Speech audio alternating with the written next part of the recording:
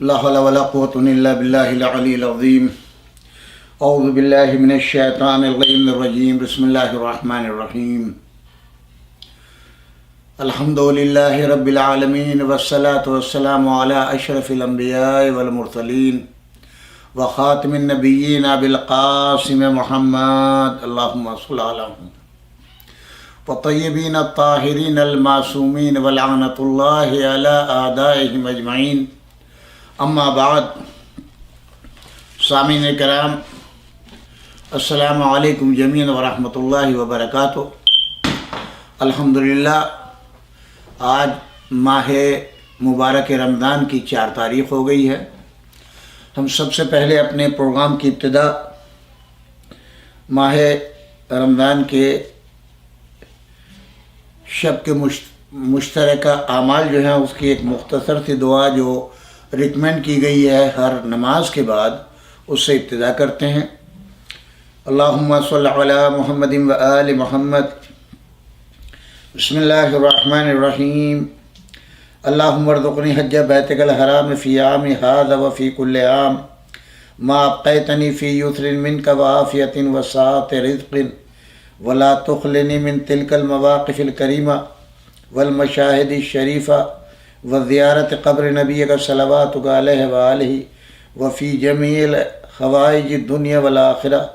Fucking لی اللہم انی اسألک فیما تقضی وتقدر من الامر المحتوم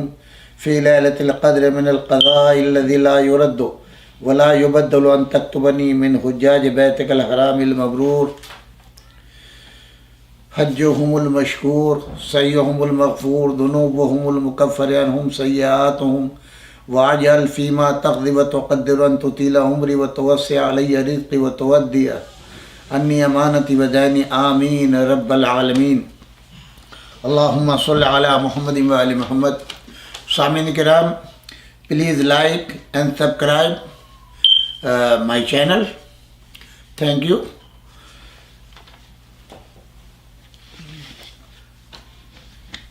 ابتدائی میں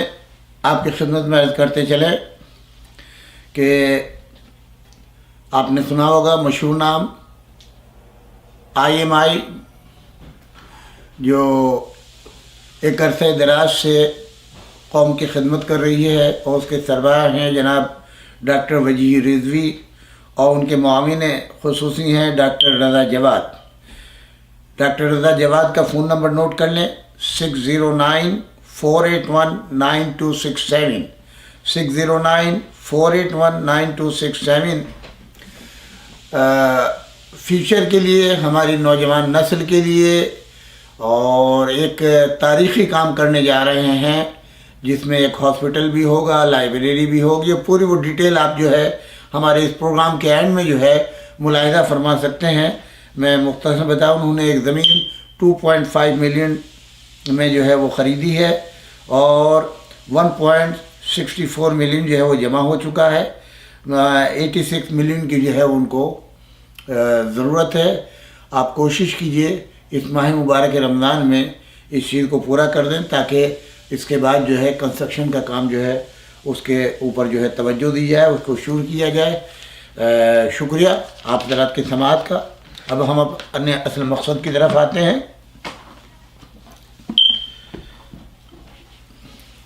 میں نے جیسا کہ آپ کی خدمت میں عرض کیا کہ ہمارے جو گفتگو چل رہی ہے وہ ان آیات کے ذیل میں ہے جو اس بندہ خدا نے سپریم کورٹ میں اپنی ایک درخواست ڈال دی، اور اس میں لکھا کہ یہ قرآن مجید کا حصہ نہیں ہے، بلکہ بعد وفات پیغمبر صلی اللہ علیہ وآلہ وسلم اس کو جو ہے وہ داخل کیا گیا۔ تو آج ہم چوتھی آیت سورہ نساء کی آیت نمبر 89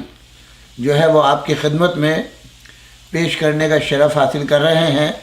اور اس سلسلے میں جو ہے وہ گفتگو ہوگی۔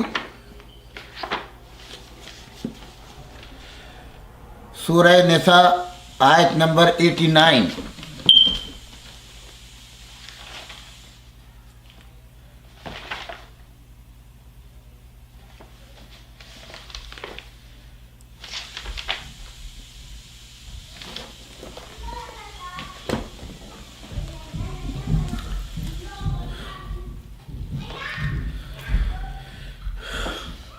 بسم اللہ الرحمن الرحیم ودوا لو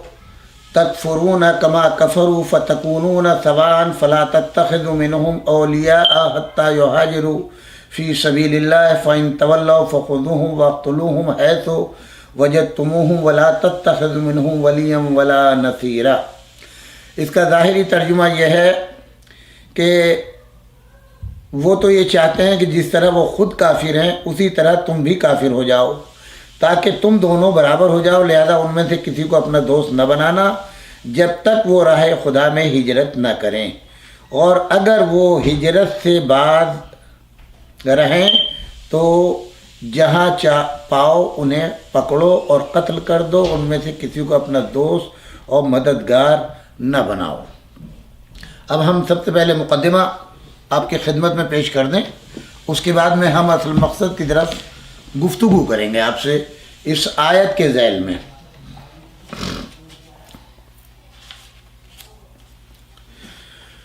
تمام تعریف اور حمد و ثنا اس ذات پروردگار کے لیے ہے جو اس کائنات کا خالق ہے، مالک ہے، اسی نے اس کائنات کو پیدا کیا، وہی اس کائنات کو فنا کرے گا۔ اب ابتدا تا انتہا وہی مالک ہے، اس کی ملکیت میں کسی کی کوئی رائے مشورہ کچھ نہیں ہے، اس کی مرضی ہے، جو چاہے کرے جو چاہے نہ کرے، بندے کو اختیار نہیں ہے کہ اس کی مرضی میں کسی طرح کا کوئی دخل دے۔ ہم ابتدائی میں آپ کی خدمت میں یہ عرض کرتے چلیں کہ اس پروگرام کے سلسلے میں ہم جن کتابوں سے استفادہ کر کے آپ کی خدمت میں گفتگو کر رہے ہیں اس میں 3 قرآن مجید کے تراجم ہیں۔ نمبر 1 علامہ مرحوم سید ذیشان حیدر جوادی، حجت الاسلام والمسلمین مولانا سید صفدر حسین نجفی مرحوم، اور حجت الاسلام والمسلمین مرحوم مولانا سید فرمان علی صاحب قبلہ۔ اس کے علاوہ علامہ مولانا سید رضی جعفر صاحب قبلہ کا ابھی حال ہی میں قرآن جو ہے وہ ترجمہ ہو کے آیا ہے، اس کو بھی ہم نے شامل کیا ہے، اور مشہور قرآن کا ترجمہ مولانا ابوالعلا مودودی، اس سے بھی ہم استفادہ کر رہے ہیں، اور تفاسیر میں بھی مولانا مودودی کی تفسیر تفہیم القرآن اور تفسیر نمونہ جو آیت اللہ ناصر مکارم شیرازی دامت برکاتہ کے سرپرستی میں تیار کی گئی ہے، اس سے استفادہ حاصل کر رہے ہیں، اور تفسیر صافی جو محمد بن مرتضیٰ المعروف و مشہور محسن ملا فیض کاشانی، جس کا ترجمہ علامہ مولانا سید تلمید حسنین رضوی نے فرمایا ہے، یہ کتب ہیں جن سے ہم استفادہ کر رہے ہیں ان آیات کے ذیل میں ما قبل ما بعد، تاکہ آپ تک ایک نتیجہ دے سکیں۔ ہم نے آپ کو بتلایا قرآن مجید جس صورت سے اللہ نے نازل کیا، لوح محفوظ پر لکھا، اور اس کے بعد میں جبرائیل امین کے ذریعے سے رسول اللہ تک پہنچایا گیا، کبھی ایک آیت کی شکل میں، کبھی ایک جز کی شکل میں، کبھی ایک سورہ کی شکل میں، کبھی مکے میں، کبھی مدینے میں، کبھی گھر میں، کبھی مسجد میں، کبھی میدان جہاد میں، کبھی سفر میں، کبھی حضر میں، وہ مکمل قرآن رسول اللہ صلی اللہ علیہ وآلہ وسلم نے خود جمع کیا، امام علی ابن ابی طالب کے حوالے کیا، ہزاروں حفاظ پیدا کیے۔ اس زمانے میں جتنے تھے اکثریت حفاظ کی تھی، مگر سب سے بڑا ضامن اور محافظ اپنی وفات کے بعد جن کو منتخب کیا ان کا نام ہے امیر المومنین مولا متقیان علی ابن ابی طالب علیہ السلام۔ تو کیسے یہ یقین کیا جا سکتا ہے کہ جب مولا امیر المومنین علی ابن ابی طالب، ظاہر میں نے کل حدیث پیش کی تھی آپ کی خدمت میں کہ رسول اللہ نے مکمل اپنے دین اور اپنی کتاب، اللہ کی کتاب اور اپنی شریعت کا حفاظت کا انتظام رسول اللہ اپنی حیات طیبہ میں کر کے گئے، اہل بیت کو ضامن بنا کر کے گئے، اور امت کے حوالے قرآن اور اہل بیت دونوں کو چھوڑا، اور شرط لگائی اگر ان دونوں سے متمسک رہو گے تو کبھی گمراہ نہیں ہوگے۔ لن تضلوا بعدی، میرے بعد کبھی گمراہ نہیں ہوگے اگر دونوں چیزوں کو لے لو گے، قرآن کو اور اہل بیت کو، اور تم ان میں جدائی نہیں ڈال سکتے، یہ دونوں کے دونوں حوض کوثر پر مجھ سے ملاقات کریں گے۔ اب یہی وجہ ہے، آپ دیکھیے خود غور و فکر کا مقام ہے، اگر جب اسلام برباد ہو رہا تھا، احکامات دین کو ختم کیا جا رہا تھا، بزرگوں کا مذاق اڑایا جا رہا تھا، نماز کے وقت جو ہے وہ شطرنج کی بساط بچھائی جا رہی تھی، شراب کے جام چھلک رہے تھے، اور امام حسین علیہ السلام نے ان تمام حالات کا جائزہ لینے کے بعد،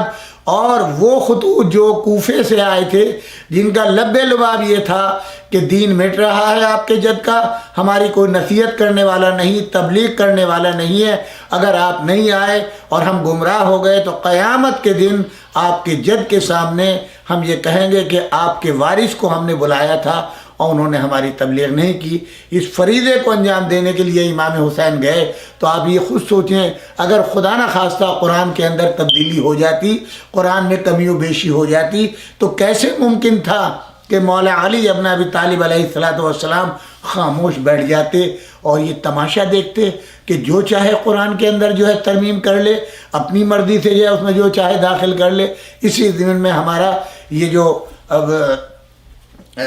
مقدمہ ہے اس کو بہت غور سے توجہ دیجیے گا۔ بسم اللہ الرحمن الرحیم، ہم سب کے سب تیری تعریف کرتے ہیں، اور اے وہ جس نے اپنی کتاب کے ذریعے بندوں کو اپنا جلوہ دکھایا،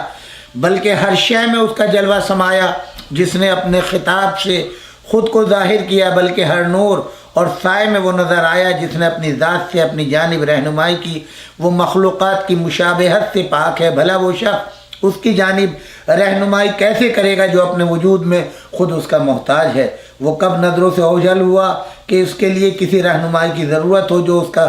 پتہ بتائے، اور وہ کب دور ہوا کہ آثار کے ذریعے اس تک رسائی حاصل کی جائے؟ وہ آنکھ اندھی ہو جو اسے نہ دیکھ سکے، جبکہ وہ مسلسل اس کا نگراں ہے۔ جس بندے کو اس کی محبت میں سے کوئی حصہ نہیں ملا، وہ اپنی تجارت میں سراسر خسارے میں ہے۔ ہر موجود اس کو پہچانتا ہے، لہذا اسے جاننے کا سوال ہی پیدا نہیں ہوتا، اور اس نے ہر شاہد کے ذریعے اپنا تعارف کرایا ہے تاکہ ہم ہر مشہود میں اس کا مشاہدہ کر لیں۔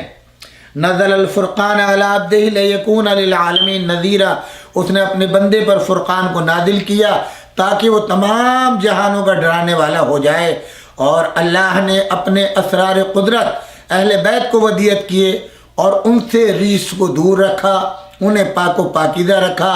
جو پاک و پاکیزہ رکھنے کا حق تھا۔ اپنے نبی مرسل کی ہدایت اور کتاب منزل کے نور سے کائنات کو منور کیا۔ نبی مرسل کی اطرت کے ذریعے کتاب منزل کے رازوں سے پردہ ہٹایا، اور کتاب و اطرت کو اپنے اور ہمارے درمیان وسیلہ قرار دیا تاکہ ان دونوں سے تمسک کر کے سب ہمیں گمراہی کی گھاٹی سے نکالے اور ہمارے عیوب کو مٹا دے، اور انہیں مسلسل ہمارے درمیان موجود رکھا، جس رسی کا ایک سرا اللہ کے ہاتھ میں ہے اور دوسرا سرا ہمارے ہاتھوں میں ہے۔ ان کے ذریعے ہم پر احسان کیا، اپنے فضل سے انہیں ہمارے لیے پسندیدہ قرار دیا، اور یہ دونوں وہ گراں قدر اور وزنی چیزیں ہیں جنہیں نبی اکرم صلی اللہ علیہ وآلہ وسلم ہمارے درمیان چھوڑ کر گئے تھے، اور انہیں ہمارے درمیان اپنا جانشین قرار دیا تھا، اور فرمایا تھا، تاکید کی تھی، ان تمسکتم بہما لن تضلوا بعدی وانہما لن یفترقا حتی یرد علی الحوض۔ کیا مطلب؟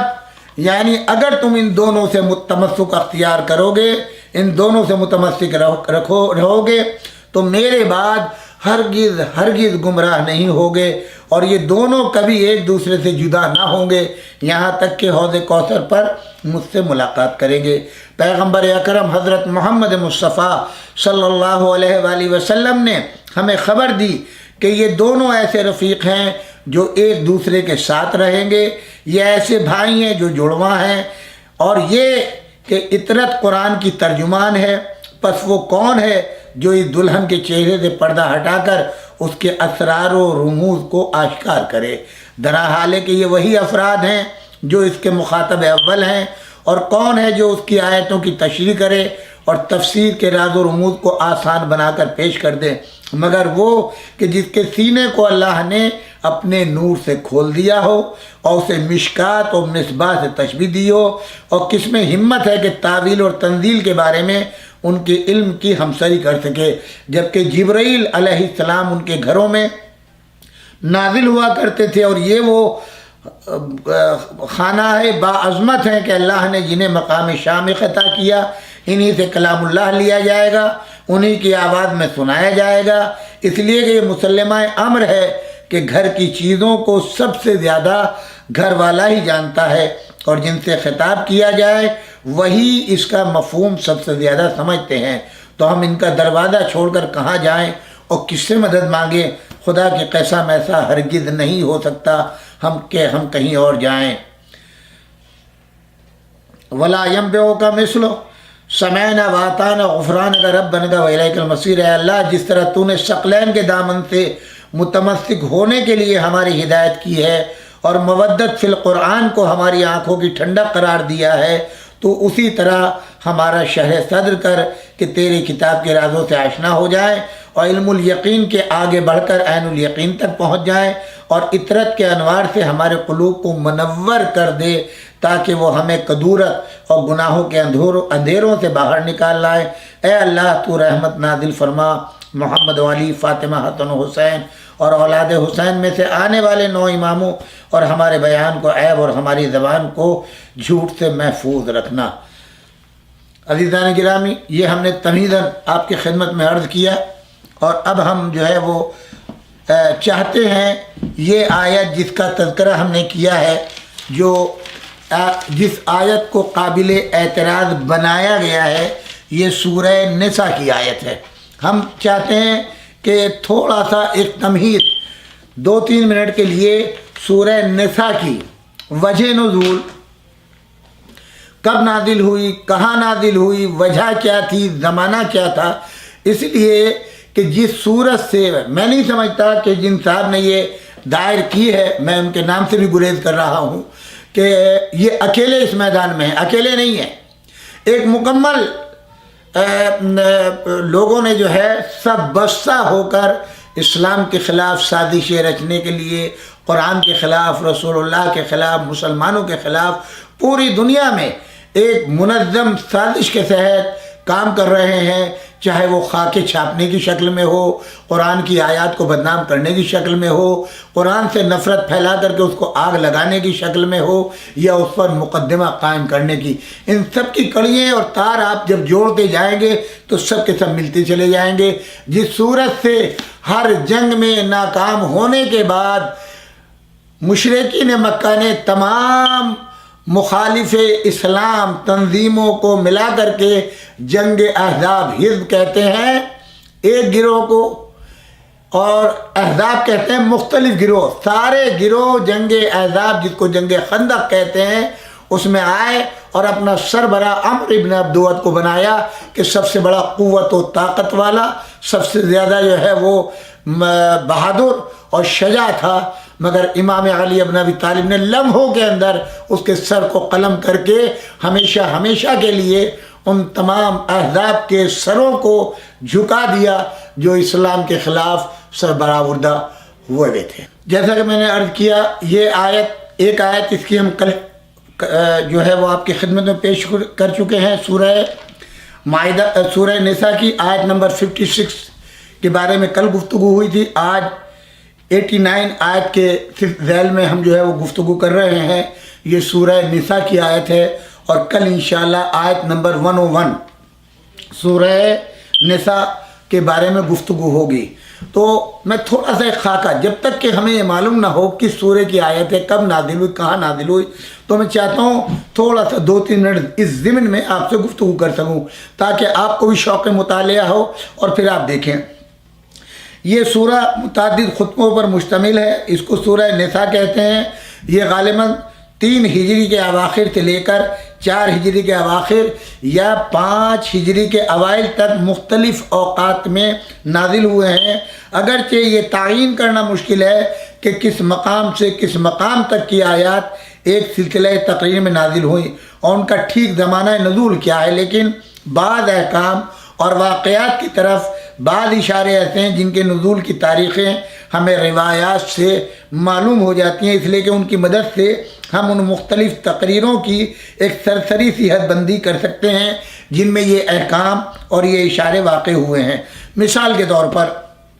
وراثت کی تقسیم اور یتیموں کے حقوق کے متعلق ہدایات جنگ احد کے بعد نازل ہوئی تھیں، جبکہ مسلمانوں کے 70 آدمی شہید ہو گئے اور مدینے کی چھوٹی سی بستی میں اس حادثے کی وجہ سے بہت سے گھروں میں یہ سوال پیدا ہو گیا تھا کہ شہداء کی میراث کس طرح تقسیم کی جائے، اور جو یتیم بچے انہوں نے چھوڑے ہیں ان کے مفاد کا تحفظ کیسے ہو۔ اس بنا پر ہم یہ کہہ سکتے ہیں کہ ابتدائی 4 رکوع اور 5ویں رکوع کی پہلی 3 آیتیں اسی زمانے میں نازل ہوئی ہیں۔ روایات میں صلاۃ خوف، عین حالت جنگ میں نماز پڑھنے کا ذکر غزوہ ذات الرقاع میں ملتا ہے جو 4 ہجری میں ہوا، اس لیے یہ کہا جا سکتا ہے کہ اسی کے لگ بھگ زمانے میں یہ خطبہ نازل ہوا جس میں نماز کی ترکیب بیان کی گئی۔ مدینے میں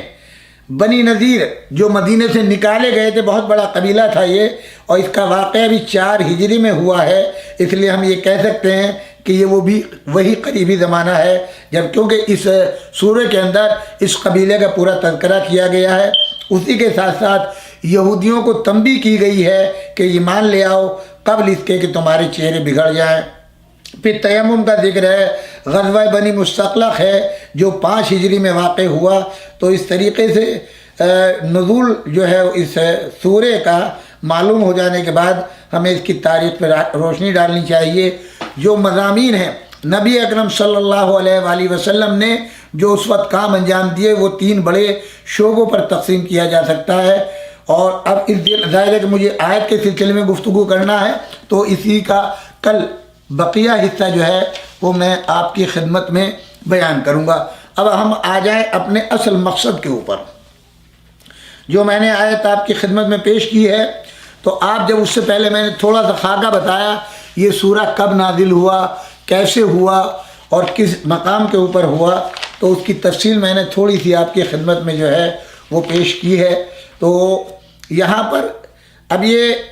جیسا کہ میں نے ترجمہ آپ کی خدمت میں پیش کیا کہ یہ جو کافر تھے وہ چاہتے تھے، اب یہاں پر اس کی ایک بیک گراؤنڈ بتلا دوں میں۔ وجہ یہ تھی کہ ایک مسلمان ہو گئے اور کافر مشرک وہ سب کے سب ہو گئے۔ کل میں بتلا چکا ہوں کہ ایک گروہ کے جو ہے جو یہود عقائد سے تعلق رکھتے تھے وہ گئے اور انہوں نے وہاں جا کر کے جو ہے کہا کہ ہم تمہاری حمایت کرتے ہیں۔ انہوں نے کہا کہ تم پہلے جو ہے وہ سجدہ کرو ہمارے بتوں کو، اور انہوں نے سجدہ کیا، اس کے بعد میں انہوں نے ان کا ساتھ دیا۔ اسی طریقے سے اس میں ایک واقعہ اور بھی ملے گا کہ ایک شخص جو ہے وہ اس کی ابا جو ہے وہ چوری کر کے ایک یہودی کے گھر رکھ دی گئی اور اس یہودی کو چور گردانیا گیا، اور اس کے بعد میں مسلمانوں کا ایک گروہ جو ہے اس کے خلاف ہو گیا اور رسول اللہ کی بارگاہ میں چلے گئے کہ اس یہودی نے چوری کی ہے، اور اب فیصلہ کس کے ہاتھ میں ہے؟ یعنی اس یہودی نے کہا کہ میں نے چوری نہیں کی ہے، اور رسول اللہ صلی اللہ علیہ وآلہ وسلم کو جو ہے اس نے حکم تسلیم کیا۔ مسلمان جو ہیں وہ سب کے سب اس یہودی کے خلاف ہیں، اور رسول اللہ سے فرماتے ہیں کہ یہ تو یہودی ہے، غیر مسلم ہے، نہ اس کو قرآن پہ یقین نہیں، آپ کی رسالت پہ یقین نہیں، اس لیے آپ اس کے خلاف جو ہے وہ فیصلہ دیں۔ اور جج جو ہے وہ ظاہری حالات و قرائن کو دیکھ کر کے کہ اتنے گواہ ہیں، اسی وقت وحی آئی، اے میرے نبی یہ لوگ جو ہیں منافق ہیں، یہ اس شخص کے اوپر ظلم کر رہے ہیں، اس نے چوری نہیں کی۔ رسول اللہ نے اس یہودی کے حق میں فیصلہ دیا۔ اب آپ یہاں غور کریں، اگر رسول اللہ نے ظاہری قرائن کو دیکھ کر لوگوں کی گواہی کے اوپر فیصلہ کر دیا ہوتا تو یہ یہودی یہی کہتا کہ یہاں انصاف کی کہاں امید کی جا سکتی ہے، اس لیے کہ میں یہودی ٹھہرا، یہ مسلمان ٹھہرے، گواہ مسلمان تھے، مگر اللہ نے اپنے نبی سے اس یہودی کے حق میں فیصلہ دلا کر کے اعلان کر دیا۔ اب ظاہر جہاں وہ جائے گا نبی کے حق کی تعریف کرے گا۔ اسی لیے کہا گیا کہ جب کوئی جج کی سیٹ کے اوپر بیٹھے تو وہ حقائق کو دیکھے، وہ ظاہر نہ دیکھے، وہ لوگوں کی چاپلوسی نہ دیکھے، رشوت کی طرف نہ دیکھے، لوگوں کے جو ہے وہ فیور کے اوپر نہ دیکھے، بلکہ حقائق کو تلاش کرے۔ اب یہاں کے اوپر انہی لوگوں کا تذکرہ ہو رہا ہے، چونکہ وہ گروہ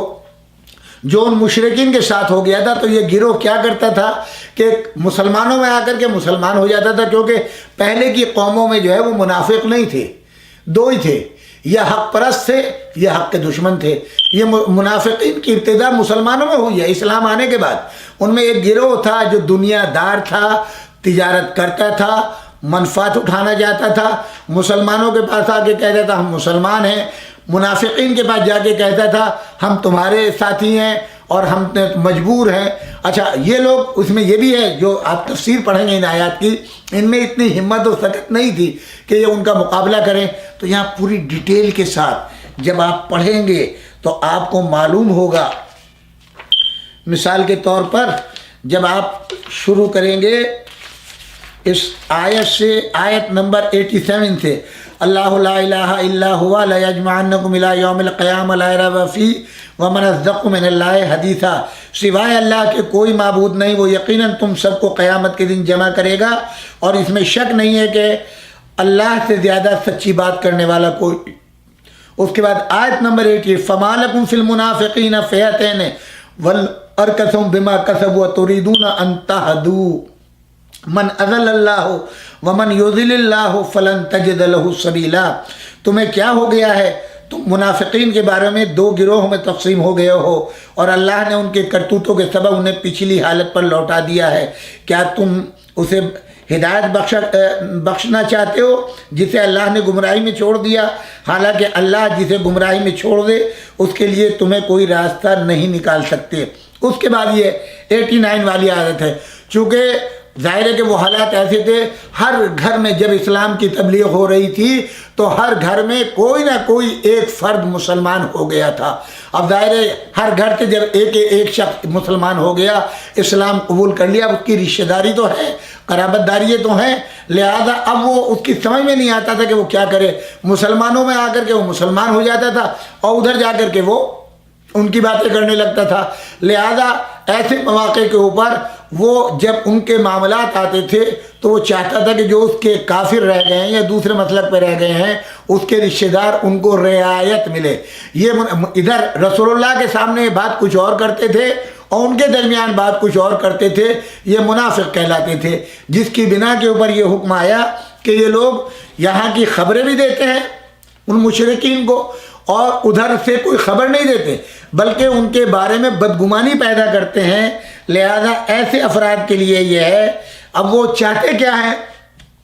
کہ یہ بھی کافر ہو جائیں، یا جو ہمارے اب اس کیفیت کو آپ خود پہچانیں۔ ایسے افراد ہر زمانے کے اندر پائے جاتے ہیں،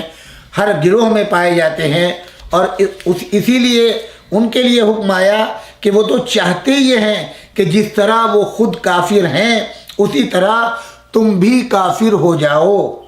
تاکہ تم دونوں برابر ہو جاؤ۔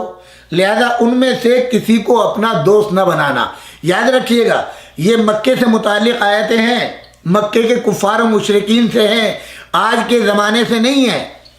ان افراد، وہ خصوصیات جن افراد میں پائی جائیں،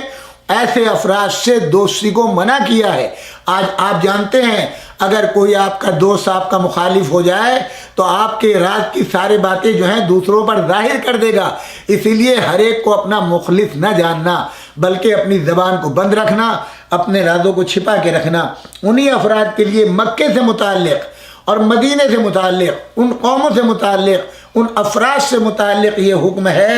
فَإِن تَوَلَّوْا فَخُذُوهُمْ، اگر ایسے افراد کو تم جو تمہیں نقصان پہنچاتے ہوں، جو تمہاری مخبری کرتے ہوں، جو تمہیں کمزور کرتے ہوں، تمہارے خلاف محاذ بناتے ہوں، ان میں مدد پہنچاتے ہوں، اگر تم ان کو پالو، گرفتار کر لو، وَاقْتُلُوهُمْ، انہیں قتل کر دو، حَيْثُ وَجَدتُّمُوهُمْ، اور تم ان کو جو ہے ولا تتخذوا منهم ولیا ولا نصیرا، تم ہرگز ان کو اپنا دوست نہ بنانا، اس لیے کہ وہ کوئی تمہاری مدد کرنے والے نہیں ہے، نہ وہ تمہاری نصرت کرنے والے ہیں، نہ کسی طریقے سے تمہارا تعاون کرنے والے ہیں۔ یہ ہدایت کیوں کی گئی ہے؟ ان کے کفر کی بنا پر، ان کے شرک کی بنا کے اوپر، تو کہ ایسے بے ایمان لوگوں کو تم اپنا دوست نہ بنانا۔ امام جعفر صادق علیہ السلام کی ایک حدیث مروی ہے کہ انسانی شیطانوں کے پاس ہیلا مکر فریب دھوکہ دہی اور وسوسے ہیں، یہ لوگ ایک دوسرے سے ملے ہوئے ہیں۔ اگر ان کا بس چلے تو وہ چاہتے ہیں کہ اللہ تعالیٰ نے اہل حق کو دین حق کی نصرت کا جو شرف عطا کیا ہے وہ ان سے پلٹا لیں۔ اللہ نے ان کے اہل و عیال میں جو انسانی شیاطین ہیں انہیں سوچنے کا موقع نہیں دیا کہ وہ اللہ کے دشمنوں اور اہل حق کو شک، انکار اور جھٹلانے میں یکساں کر دے تاکہ وہ دونوں برابر ہو جائیں، جیسا کہ خود یہ اللہ فرما رہا ہے۔ اور اس کے بعد میں یہاں پر یہ ہے کہ تم ان میں سے کسی کو اپنا دوست نہ بناؤ، خواہ وہ ایمان بھی لے آئیں، جب تک وہ صحیح طور سے ہجرت نہ کر لیں۔ یہ ظاہر ہے کہ جب ہجرت کا حکم آیا تو بہت سے لوگوں نے ہجرت نہیں کی اور وہ مکہ ہی میں رہے، مگر جب وہ آئے تو ادھر کی خبریں ادھر پہنچاتے تھے، ادھر کے بارے میں کچھ اور غلط فہمیاں پیدا کرتے تھے۔ تو ایسے سخنچی افراد جو معاشرے کو برباد کریں، قوم کو نقصان پہنچائیں، قوم کے درمیان اختلاف پیدا کریں، مومنین کے قتل کا سبب بن جائیں، قرآن و احادیث کو ختم کر دیں، سیرت پیغمبر کو برباد کر دیں اور پورے نظام الہی کے برباد کرنے کا موجب ہو جائیں، ان افراد کو اب ظاہر ہے کہ ہندوستان میں یہ شخص رہتا ہے، ہندوستان میں مقدمہ کر رہا ہے اور ہندوستان کی گنگا جمنی تہذیب کہلاتی ہے۔ ہندو مسلمان سکھ عیسائی سب کے سب بڑے پیار اور محبت سے رہتے ہیں، ایک دوسرے کے مذہب کا خیال کرتے ہیں، ایک دوسرے کی روایات کا خیال کرتے ہیں، ایک دوسرے کے کلچر کا خیال رکھتے ہیں، ایک دوسرے کے تہوار میں شریک ہوتے ہیں۔ تو پھر اس کے کیوں درد ہوا کہ یہ قرآن کے خلاف اس طریقے کا منصوبہ بنا کر کے ان باطل پرستوں کا ساتھ دے جو قرآن کے خلاف ہیں، اسلام کے خلاف ہیں، اسلامی کلچر کے خلاف ہیں۔ یاد رکھیے گا ہمارے لیے سب کے سب مذاہب قابل احترام ہیں، مگر ہمارے لیے صاحب عظمت مذہب جو ہے جس پر ہم ہیں اس کا نام اسلام ہے۔ ہمیشہ ہماری زبان پر اللہ اکبر رہے گا، یا علی مدد رہے گا، اشہد ان لا الہ الا اللہ، اشہد ان محمد رسول اللہ، اشہد ان علی ولی اللہ ہمارا شعار ہے۔ آپ دیکھیں ہندوستان میں ہر طرف مساجد ہیں، ہر طرف مسلمان ہیں، ہر طرف مناظر ہیں، سب کے سب شیر و شکر ہو کے رہتے ہیں، مگر کچھ افراد ایسے ہیں چند سال سے کہ جو اپنے مال و متاع، دنیاوی شہرت اور حکومت اپنانے کے لیے اس طرح کا کام کر رہے ہیں کہ وہاں کا بھائی چارہ ختم کرنا چاہتے ہیں۔ میری ہدایت ہے، میری نصیحت ہے، میری گزارش ہے آپ سب سے کہ جہاں جہاں ایسے افراد پائے جائیں ان کے خلاف ایکشن لیں، ان کا بائیکاٹ کریں، اپنے محبت و پیار کو قائم کریں، تمام مذاہب کے درمیان اخوت کو قائم کریں، انسانیت کو اجاگر کریں، انسانیت کو زندہ کریں۔ اللہ نے ہم سب کو انسان پیدا کیا ہے۔ آج کا یہ ہمارا پروگرام یہیں پر ختم ہو رہا ہے، انشاءاللہ بقیہ سلسلہ کل شروع ہوگا۔ بس آخر کلام میں پروردگار بحق اہل بیت اطہار علیہم السلام، بحق زہرا سلام اللہ علیہا و ابیہا و بالہا و بنیہا آپ سب کو صحت و سلامتی عطا فرمائے، آپ کے رزق میں خیر و برکت عطا فرمائے، کرونا کی بیماری سے آپ سب کو نجات دے۔ پروردگار اس ماہ مبارک میں آپ کو زیادہ سے زیادہ عبادت کرنے کی توفیق عطا فرمائے۔ میں ہر وقت آپ کے لیے دعا گو ہوں، آپ بھی میرے حق میں دعا فرمائیں۔ گزارش ہے ہمارے جو پروگرام ہیں یہ سب آپ حضرات کے تعاون سے چل رہے ہیں۔ آج جو میں چاہتا ہوں کہ جناب مرزا اعجاز حسین جو ہمارے بھائی دوست ایڈیسن میں رہتے ہیں ان کے مرحومین کے لیے جناب امجد علی مرزا، ابن مرزا زوار حسین، حامد حسین، کنیز صغرا آمینہ بیگم، سید اصغر حسین، کنیز حیدر، احمد علی، مرتضیٰ بیگم، خورشید جہاں، ان تمام مرحومین کے لیے ایصال ثواب فرمائیں۔ اللہم صلی علی محمد۔ اور اسی کے ساتھ ساتھ پھر گزارش ہے آپ سے کہ آپ ہمارے لیے جو ہے وہ پلیز آپ لائک کریں ہمارے اس چینل کو اور سبسکرائب کریں۔ جزاکم اللہ خیر الجزا، والسلام علیکم ورحمۃ اللہ وبرکاتہ۔ After nearly 3 decades of serving humanity by providing health, education, and humanitarian relief, Amamiya Medics International, a U.S. 501c3 nonprofit, has a presence that spans 5 continents and has impacted millions. What you see now is the vision for IMI's future, one that supports our infrastructure and projects, as well as initiatives that will ensure fiscal security as we move forward. Located at the intersection of Route 130, Route 33, and Sharon Road in Robbinsville, New Jersey, the complex would bring together facilities for IMI's global headquarters, with features for students and academics, like a state-of-the-art library and conference center that includes a climate-controlled section for rare manuscripts and space for researchers to access these delicate materials in a secure environment. As a means to ensure IMI's self-sufficiency, the complex also includes 2 separate structures to lease as retail and office spaces on Route 130, as well as an inpatient rehab facility, skilled nursing facility, and an assisted living facility, fulfilling a critical need at this time. Additional projections include a senior independent living high-rise, and of course a multi-purpose hall for commercial event space. All of this development will be phased and can only happen with your support. Thank you.